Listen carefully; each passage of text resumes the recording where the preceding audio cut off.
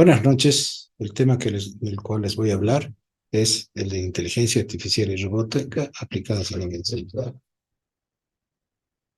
Mi nombre es Sergio Toro, soy ingeniero biomédico de primera profesión e ingeniero electrónico en segunda profesión. Tengo una maestría y doctorado en computación. Tuve el privilegio de trabajar dentro del campo médico en el Instituto Nacional de Cardiología Ignacio Chávez de la Ciudad de México, en sistemas informáticos e innovación tecnológica. Actualmente radico en la ciudad de La Paz. Trabajo en el desarrollo de sistemas informáticos y en el campo educativo. Anteriormente me he desempeñado laboralmente en varios países de Centro y Sudamérica, así como en países del África. Si vemos la evolución de la tecnología aplicadas a la medicina, nos podemos remontar al bisturí, la jeringa, los equipos de rayos X, el ecógrafo, la resonancia, las tomografías, etcétera, que hacen que la medicina esté muy aplicada, muy apoyada en la medicina. La epidemia del COVID puso en evidencia que la medicina marchaba a un paso muy lento en lo que se refiere a la evolución tecnológica y que ésta debía evolucionar. Es así que la teleconsulta mostró su primer paso hacia una evolución que se hizo evidente a partir del año 2020, cuando sufrimos de la gran pandemia, donde las computadoras fueron las grandes protagonistas en ese pasado y lo seguirán siendo en el futuro, pues se han aplicado programas especialmente basados en la inteligencia artificial, que está destinada a ser el protagonista del futuro, donde existen varios protagonistas, robots, robots automáticos, programas, empresas, en fin, diferentes protagonistas, que hacen que la inteligencia artificial tenga diferentes definiciones. Una de las que más se apega, a mi opinión personal, es la de la Comisión Europea, que menciona que la inteligencia artificial son sistemas diseñados para realizar tareas específicas, como el reconocimiento e identificación de la voz, imágenes, objetos, o la traducción de idiomas. Son sistemas que requieren ser programados para realizar una tarea determinada y puede estar diseñada para tener una amplia gama de habilidades, entre comillas, cognitivas y capacidades de aprendizaje autómata. Son sistemas que pueden realizar múltiples tareas, que aprenden de forma autómata, a la medida en que interactúan con un entorno, por lo que dentro de su programación existen las denominadas redes neuronales, que pueden simular la capacidad de razonar y de planificar en un amplio espectro de situaciones a las cuales se enfrenta. La inteligencia artificial aplicada a la medicina hace que se estudien para agilizar grandes cantidades o para analizar grandes cantidades de datos o encontrar patrones que podrían llevar a nuevos descubrimientos médicos o a formas de mejorar los diagnósticos individuales. Y aquí una de sus principales características, es la de realizar servicios de búsqueda y comparación de diferentes objetos, como por ejemplo imágenes, textos en varios idiomas, que ayudan a las personas, en este caso a los médicos, a encontrar la información a la medida de sus requerimientos mediante una existencia relevante. Es así que nos ponemos a analizar qué es el diagnóstico médico. El diagnóstico médico es un procedimiento ordenado y sistemático que permite conocer o establecer de manera más clara posible una circunstancia a partir de una observación y el relevamiento de esa situación con datos e información concreta previamente estudiados. Ojo que voy a repetir mucho la palabra información y datos, pues es la que da pie a que exista la inteligencia artificial. Es también un proceso en el cual se identifica algo irregular, una enfermedad, una patología, una afección, una lesión, que por sus signos o síntomas, como dato, imagen, señal u otra, pueden ayudar a realizar un diagnóstico. Se pueden utilizar antecedentes de salud o realizar exámenes físicos y pruebas almacenados como datos, como el análisis de la toma de pruebas, por ejemplo, el análisis de sangre, o la obtención de señales, por ejemplo, electrocardiograma, electroencefalograma u otras señales, electromiograma, o también imágenes, por ejemplo, rayos X, eh, tomografías axiales, resonancias magnéticas, u otro tipo de imágenes que nos ayuden a relacionar lo que estamos observando con imágenes previamente existentes.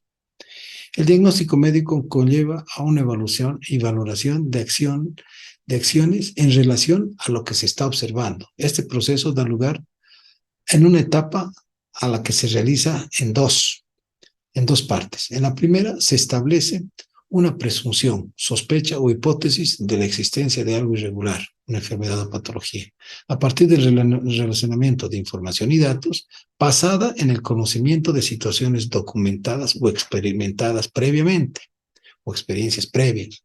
La segunda se dirige al seguimiento de esa sospecha y a verificar si ésta corresponde a una realidad basada en reacciones esperadas, previamente documentadas o experimentadas. Los grandes problemas que actualmente eh, eh, eh, están en el entorno médico y que requieren soluciones se refiere principalmente a que el crecimiento de la población que envejece no crece en las mismas dimensiones en las que crecen los médicos especialistas. Y es así que los médicos especialistas no requieren de datos o de un apoyo complementario. A eso le podemos sumar que la alimentación chatarra, por todo el bombardeo publicitario que existe, hace que la alimentación saludable disminuya en cantidad. A estos le podemos sumar que para las administraciones gubernamentales, la tecnología y la medicina relacionada entre sí representan gastos y no así inversiones. Es por eso que ponen muy poco empeño en generar un avance en este campo. Los dilemas o temores infundados se basan en lo que estoy aquí escribiendo. Uno de los temores es que los doctores sienten que van a ser reemplazados por la tecnología, por la inteligencia artificial.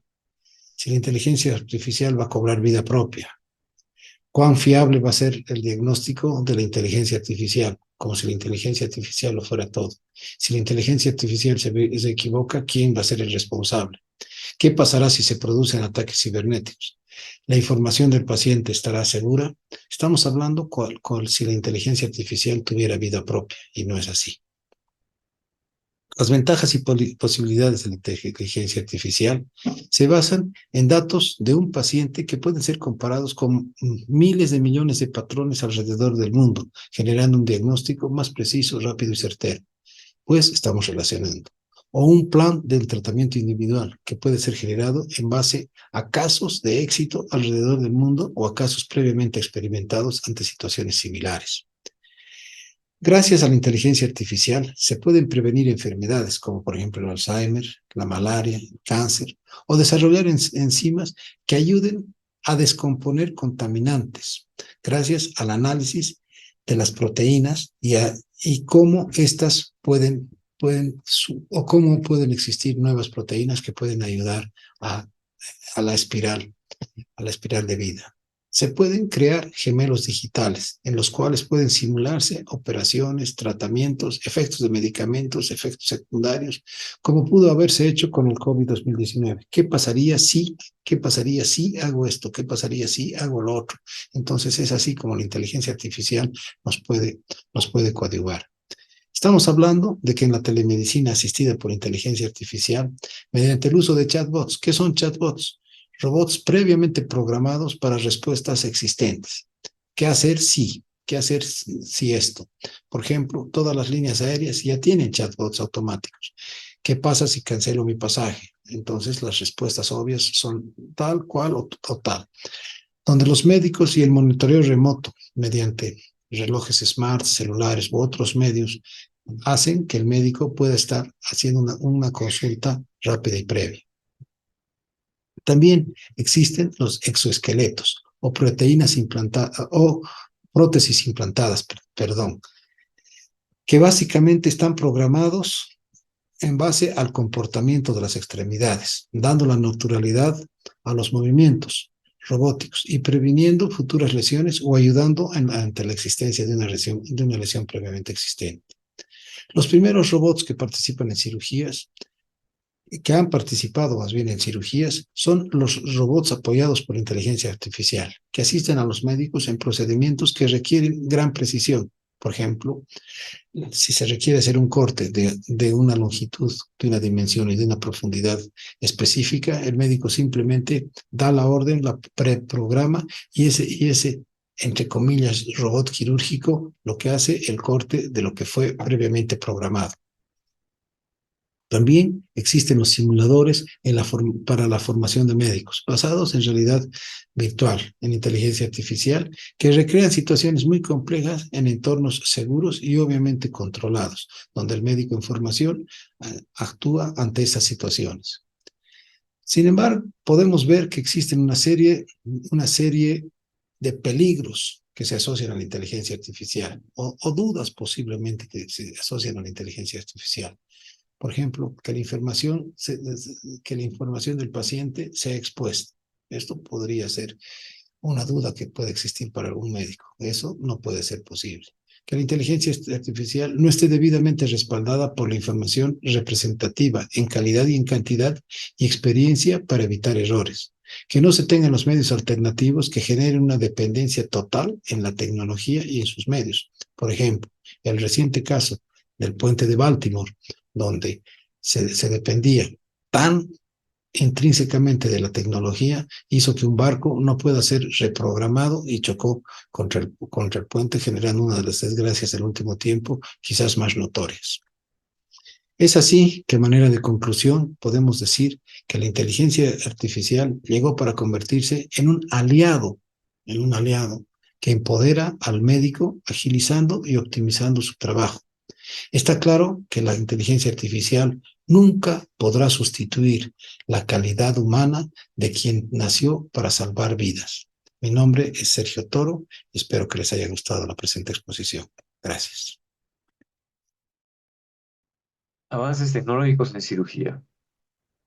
Nos abocaremos a estudiar, dentro de los avances tecnológicos en la historia de la cirugía, tres etapas importantes: en el pasado, en el presente y en el futuro. Para mirar el futuro debemos ver el pasado. Es así que investigaremos tres periodos dentro de lo que viene a ser la historia de la cirugía: el periodo medieval, la era moderna y el siglo de los cuestionamientos.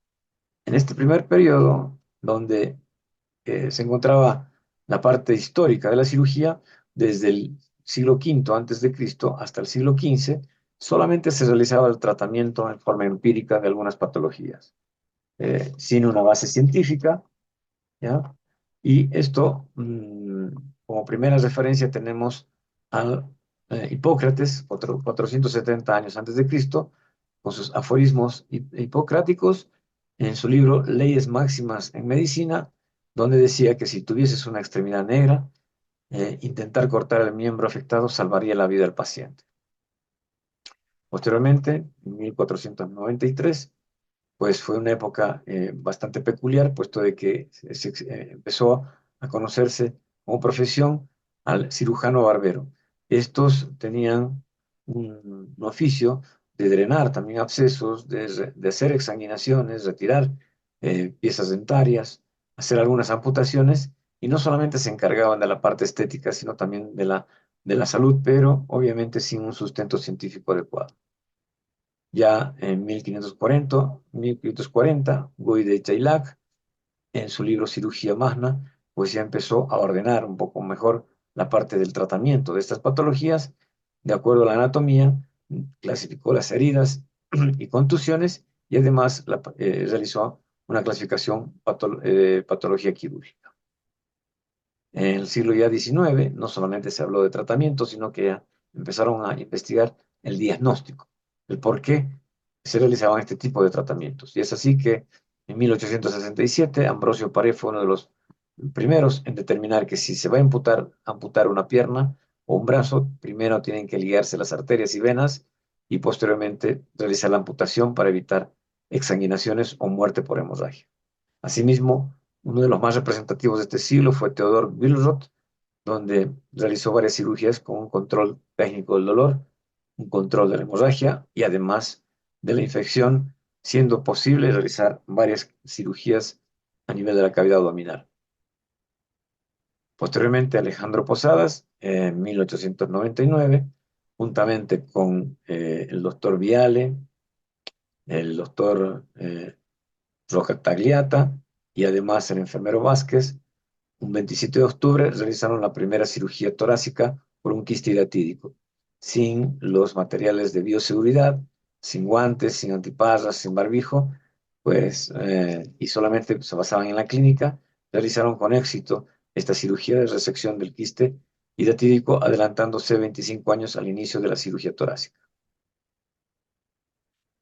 Ya en el siglo XX, pues vemos de que no solamente era el diagnóstico y tratamiento, sino que les importó ya hacer un seguimiento a los pacientes que realizaban este tipo de tratamientos y fue el inicio de la cirugía mínimamente invasiva gracias a George Kelling, quien por medio de un cistoscopio de Nietze realizó la celioscopía en un perro en Hamburgo, eh, pues determinándose el inicio de la era laparoscópica. 9 años más tarde, Hans Christian Jacobs realizó la primera toracoscopía con el cistoscopio mencionado anteriormente en un paciente con tuberculosis, observándose varias adherencias intratorácicas. Asimismo, en 1919 se inició la microcirugía gracias a Karl Neylen, quien, utilizando lupas o microscopio, empezó a realizar anastomosis microquirúrgicas, siendo un inicio importante para esta época, lo cual determinó que en 1935 Alexis Carrel pues, realizara el primer trasplante renal gracias a su teoría de la reparación vascular en forma adecuada utilizando la triangulación.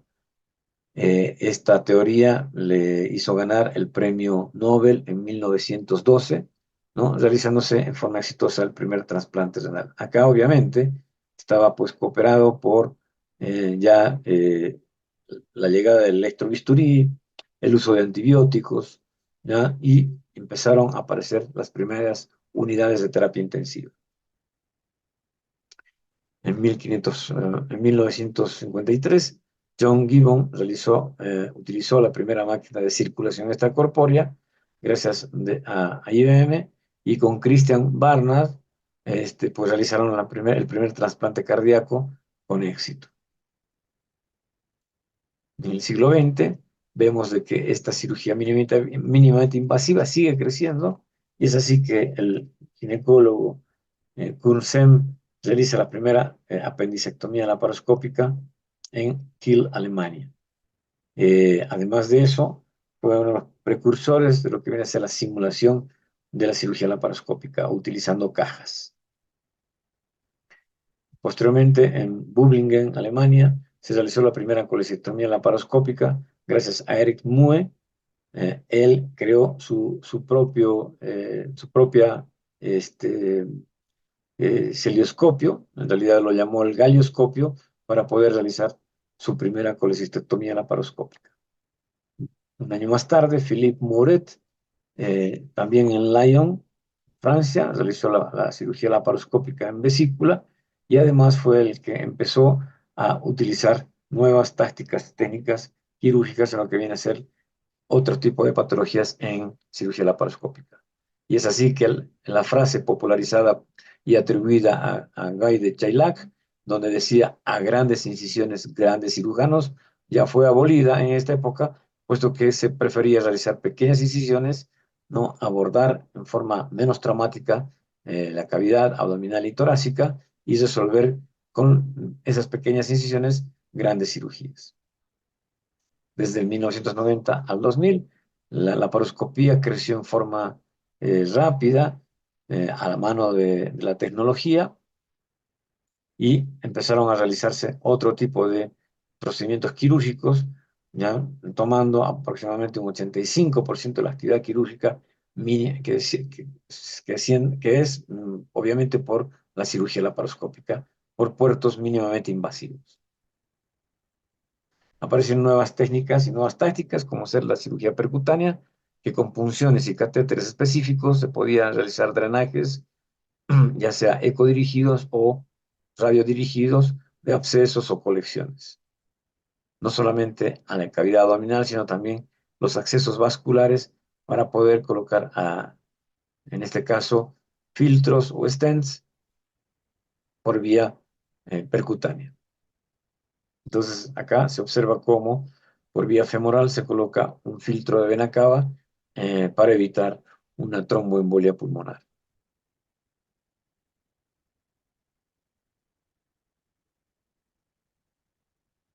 Asimismo, en 1995 apareció una nueva técnica que es el clamp, que se utilizaba para cirugías grandes, donde se colocaba una Alexis, que están viendo ustedes en la imagen, y por este se introducía la mano como para ayudar también en forma paralela a la laparoscopía cuando se tratase de algunas patologías muy sangrantes. Asimismo, en 1996 se inició el único puerto, ¿ya? El sling, con una única incisión y se introducían varios instrumentos y se realizaba obviamente la cirugía programada, que puede haber sido apéndice, vesícula o vaso, etc. Entonces se van disminuyendo el número de ingresos de puertos y obviamente la recuperación del paciente es más rápida. Asimismo, Guillermo Domínguez también ideó en 1997 la técnica llamada Iman Lab, es decir, con imanes tratar de realizar la sujeción de los órganos sin incisiones y de esa manera facilitar el posoperatorio más rápido. En el siglo XXI ya no solamente era el diagnóstico, la herramienta, el tratamiento personalizado y el seguimiento, sino que aquí ya fue un inicio de la cirugía guiada por imágenes, además de los quirófanos híbridos, de la realidad virtual aumentada y de la inteligencia artificial. En el año 2000, la empresa Surgical Intuitive pues lanzó al comercio el primer robot quirúrgico Da Vinci Surgical System, que fue el primer robot aprobado por la FDA, realizándose varias cirugías abdominales y torácicas.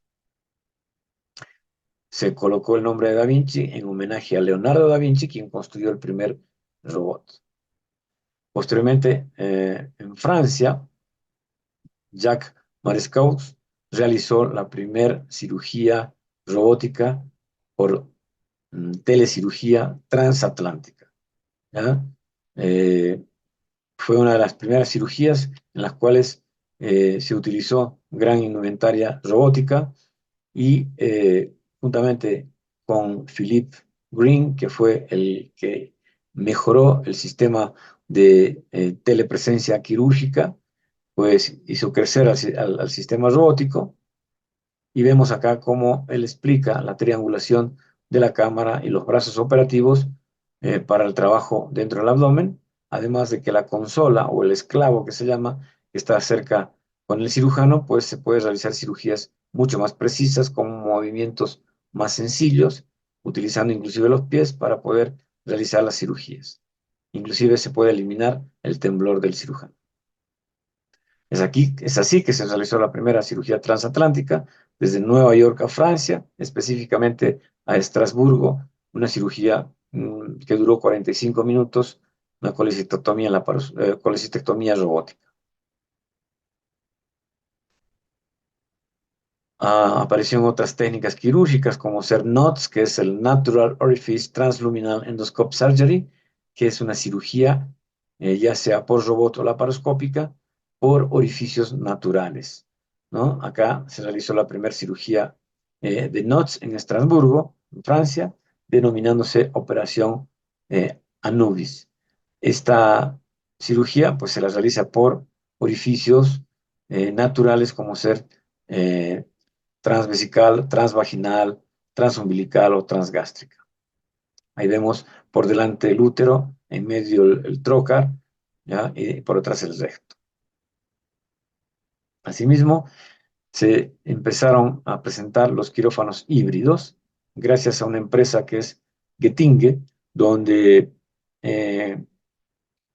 proveyó a los quirófanos gran indumentaria, sistema de diagnóstico por imagen, ¿ya? Estos quirófanos se los denominó quirófanos inteligentes, que posteriormente cambiaron de nombre a quirófanos híbridos. Las primeras fueron las que utilizaban la parte vascular, el Vascular Interventional Advanced Surgery, y también el Advanced por imágenes guiadas para cirugía, que fueron los primeros quirófanos inteligentes o híbridos con un arsenal de equipo bastante bien dotados. Ahí vemos un quirófano inteligente, antes llamado inteligente, hoy en día llamado híbrido, donde podíamos tener microscopio, robot, laparoscopía, resonancia magnética, un arco en C, un angiotomógrafo, para poder determinar el tratamiento, el seguimiento y el resultado en forma inmediata.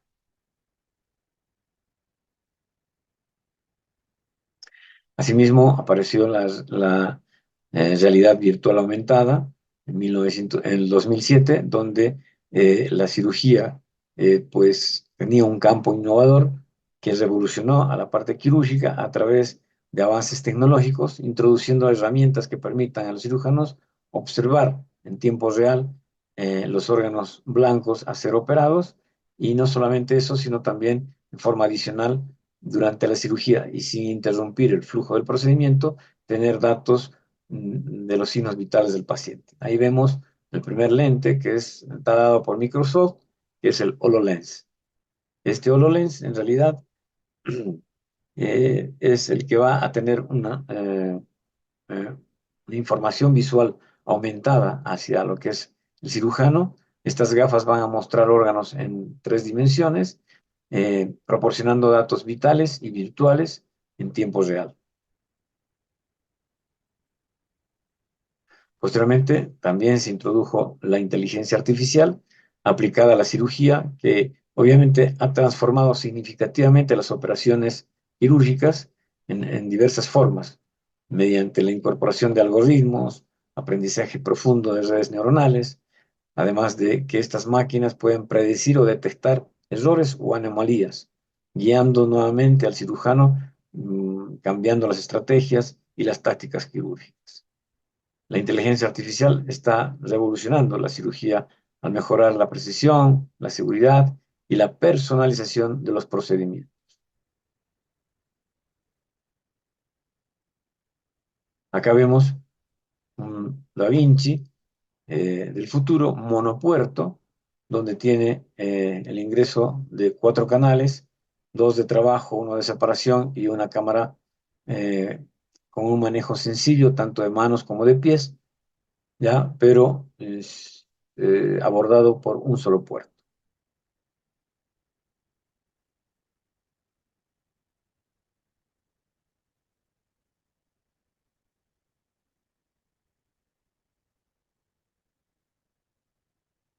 Se pueden hacer cirugías mínimamente invasivas con una seguridad y precisión bastante importante, sin dañar a los tejidos aledaños y eliminando muchas veces el temblor del cirujano.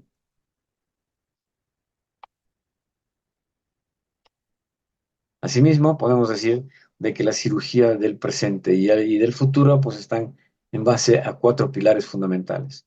Un primer pilar donde se encontraba la cirugía mínimamente invasiva y la cirugía percutánea, pues personalizando la misma para cada paciente y utilizando además la cirugía robótica, los nanorobots y el sistema de navegación para la solución de algunas patologías. Otro pilar importante es la realidad virtual aumentada, mejorando la visión de los órganos en blanco, la calidad alta de imágenes y además la inteligencia artificial, denominándose a todo esto la cirugía guiada por imagen.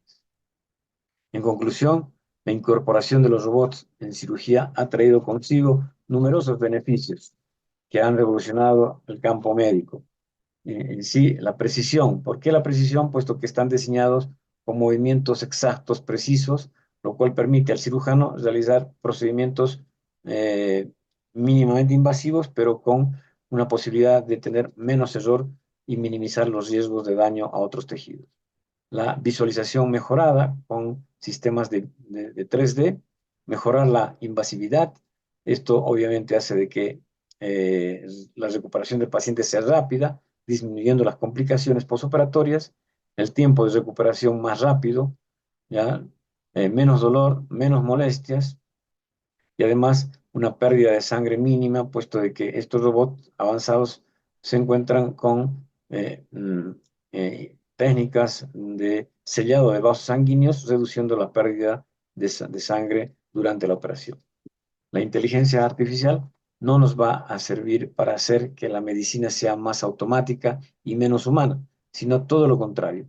Tenemos que conseguir que todas estas herramientas nos ayuden a empatizar mejor con los pacientes y a tener más tiempo con los pacientes.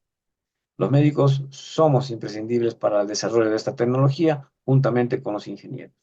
La inteligencia artificial no va a sustituir a los médicos, pero los médicos que utilicen inteligencia artificial sustituirán a los que no lo hagan. Es así que la academia pues ya tiene que tener un espacio en su tratamiento en base a lo que viene a ser la inteligencia artificial. La inteligencia artificial. Asimismo, las tareas repetitivas se van a ir en forma automática y esto hace de que va a minorizar el tiempo en tareas comunes, dándonos más tiempo para pasar con el paciente, personalizando la misma y tratando de tener una mejor relación médico-paciente. Este es el material en el cual me he basado para poder realizar un resumen de este tema y nos despedimos con el robot Kepler. Muchas gracias. Bueno, ahora hablaremos de la tecnología médica en el área clínica, es decir, en la parte clínica de la medicina, y nos preguntamos desde el inicio hacia dónde vamos en lo concerniente hacia la tecnología. Hace unos años atrás quizás el escenario que estamos viviendo ahora era impensable y hoy en realidad nos imaginamos qué de nuevo nos depara el futuro. Luego nos preguntaríamos a qué le llamamos futuro, porque cada día, cada minuto y cada tiempo se genera nuevo conocimiento, se genera nueva tecnología y ya no debemos esperar años para ver cambios. De entrada, claro que no existe ningún conflicto de interés con el tema relacionado y con el tema presentado en este momento. Recordemos nuevamente qué es la tecnología, que es el conjunto de teorías y de técnicas que permiten el aprovechamiento práctico del conocimiento científico, en este momento hablando de la medicina, es decir, lo aplicado o lo concerniente al área médica. Y esto es importante tenerlo presente porque muchas veces hablamos de tecnología y hacemos como ejemplo o en realidad como si solo nos refiriéramos a equipamiento o a dispositivo, y en realidad tecnología habla también del conocimiento y su aplicación. Comencemos a dimensionar o ver desde diferentes aspectos, de diferentes puntos de vista a la aplicación de la tecnología médica. Partamos desde lo más sencillo, que es el equipamiento, y arrancamos preguntándonos si tenemos la suficiente implementación tecnológica que nos permita en nuestro medio el ejercicio adecuado de la profesión. Y yo pienso que sí, ¿no? ¿Por qué? Porque disponemos de mayor tecnología de la que en realidad pensamos. Y esto nos lleva a que no hagamos un uso adecuado de lo que disponemos, porque partimos de esta primera premisa de pensar de que no tenemos suficiente equipamiento médico. Tenemos en nuestro medio equipos de última generación, tanto en hospitales públicos de seguridad social, así como de la parte privada, y accedemos a materiales de nueva generación antes que en países vecinos. Me ha tocado en muchas oportunidades ir a participar de charlas en países vecinos y contando nuestras experiencias en uso de equipamiento, en uso de prótesis, en uso de dispositivos que tenemos y que usamos en nuestro día a día y que ellos aún no tenían en ese momento y que estaban prontos a recién llegar para su uso. Es por eso que en realidad el uso de la tecnología o la disposición o la accesibilidad a la tecnología en nuestro medio no es más un tema de conocer lo que tenemos para poder utilizarlo, ya que muchas veces pensamos no solo en la parte médica, sino también como pacientes que no disponemos de tecnología como en países vecinos o si hablamos dentro de nuestro territorio nacional, en nuestra ciudad como en ciudades vecinas. ¿no? Tenemos equipamiento, fíjense, en nuestro medio tenemos tomógrafos de última generación, tenemos angiógrafos de última generación, equipos de electrofisiología, procedimientos que se hacen en hospitales públicos que antes no se realizaba, ¿no? Y en líneas generales esto ha tenido una evolución a nivel mundial en la medicina en general, pero lo voy a dirigir un poquito al área de la cardiología o al área cardiovascular. Y vemos cómo desde el 77 ya Grütze nos introducía a este apasionante mundo de la angioplastia, y esto no se detuvo en el territorio cardiovascular, y tenemos, miren, en estos libros hasta el 2016 que se hablaban de los marcapasos sin cables, ¿no? Y que esto no se detiene, ¿no? Tenemos avance en el 2018, 2021, 2024, porque recuerden que hablamos de tecnología y no solo hablamos de equipamiento.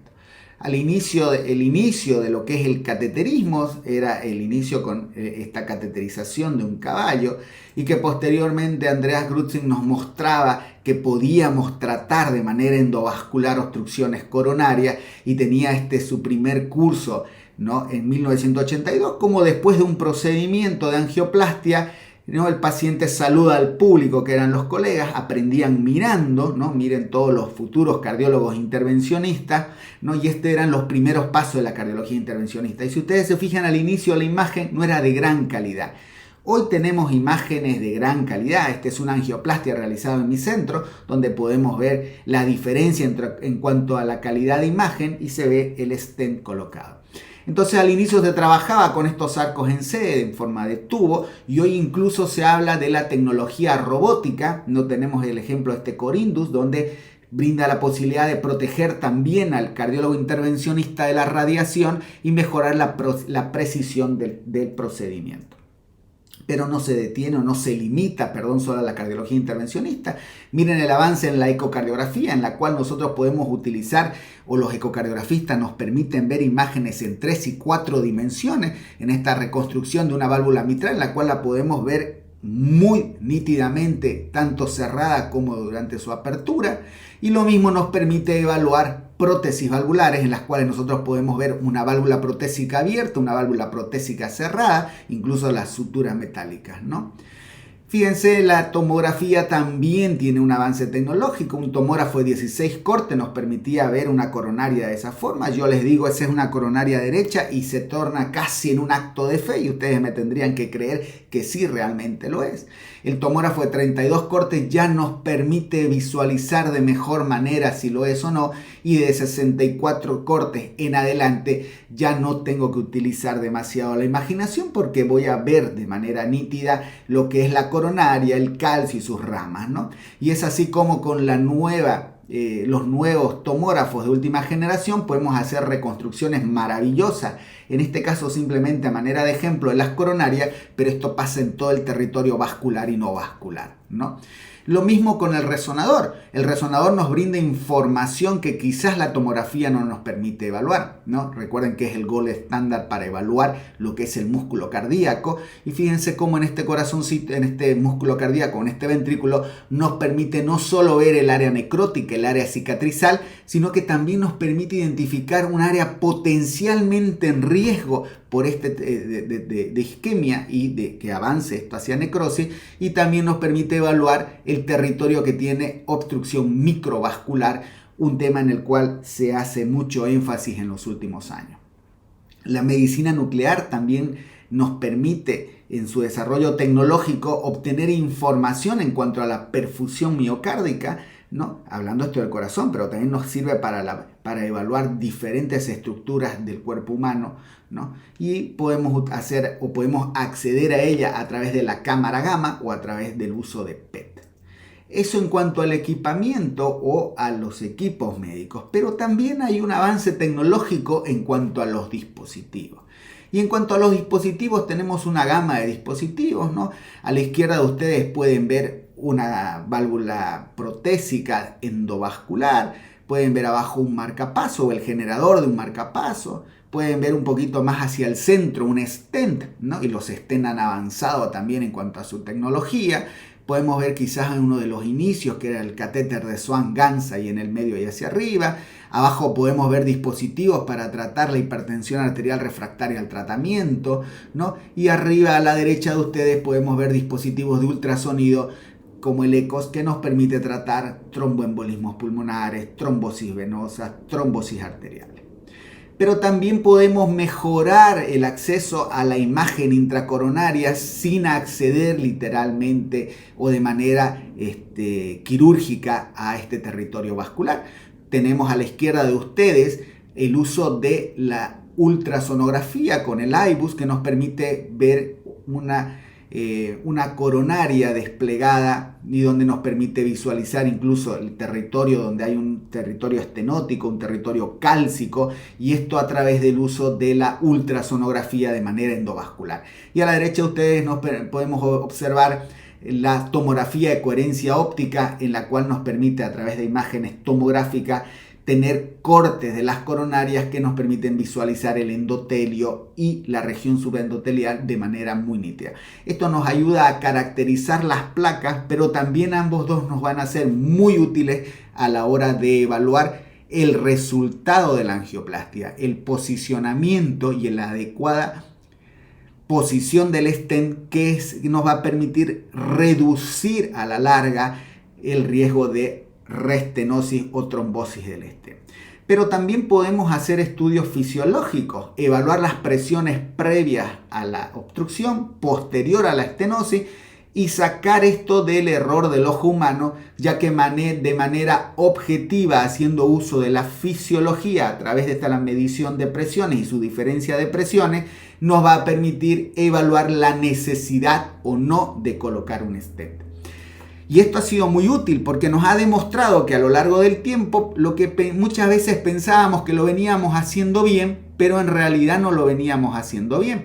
No, esto previamente el uso del IBUS nos permitió evidenciar que los stents no quedaban del todo bien aposicionados, pero el uso de la fisiología a través del FFAR nos permitió identificar lesiones que el ojo humano nos decía que requerían tratamiento, pero que la objetivación de esto a través del estudio fisiológico nos decían que no era necesario. Y esto hizo que se coloquen mucho menos stent de los que se colocaban antes, porque había un sesgo a la hora de visualizar las imágenes o a la hora de decidir o dejar esta decisión tan solo en el ojo del intervencionista.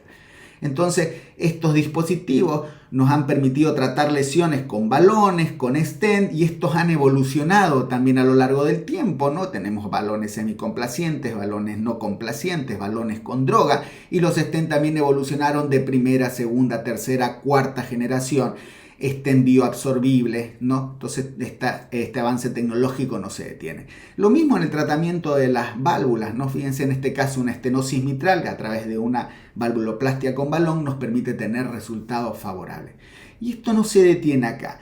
Tenemos a futuro nuevas formas e innovadoras formas de tratar la obstrucción por trombos, ¿no?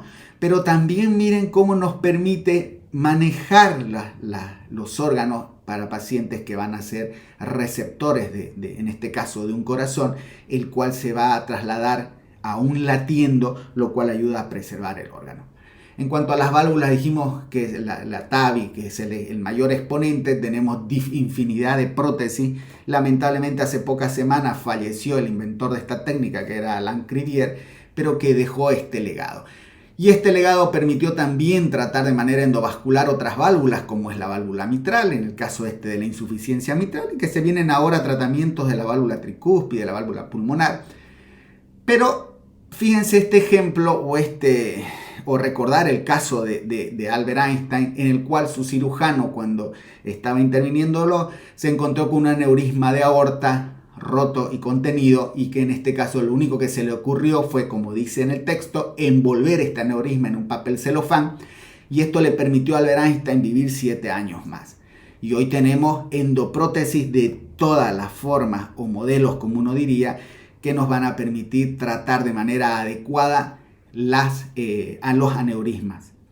¿Esto qué finalidad tiene? Mejorar la decisión clínica. Y en la decisión clínica es aplicar el conocimiento. Ahí estoy yo punzando una arteria radial, punzando una arteria femoral, pasamos a mejorar el abordaje de los pacientes. Ahí tenemos un TAVI en el cual participaban 15, 16 personas, al TAVI actual, que es un TAVI minimalista.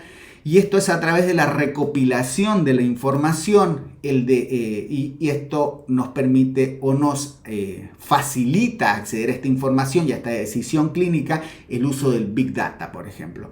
Y lo que hoy se viene hablando, o hace pocos meses y hace pocos años se viene hablando con mucho énfasis, el uso de la inteligencia artificial para poder tomar las mejores decisiones clínicas en beneficio del paciente. Y volvemos a ese punto, cuando juntamos los tres escenarios, quien tiene que estar al medio de todo es el paciente, porque el beneficiado tiene que ser el paciente.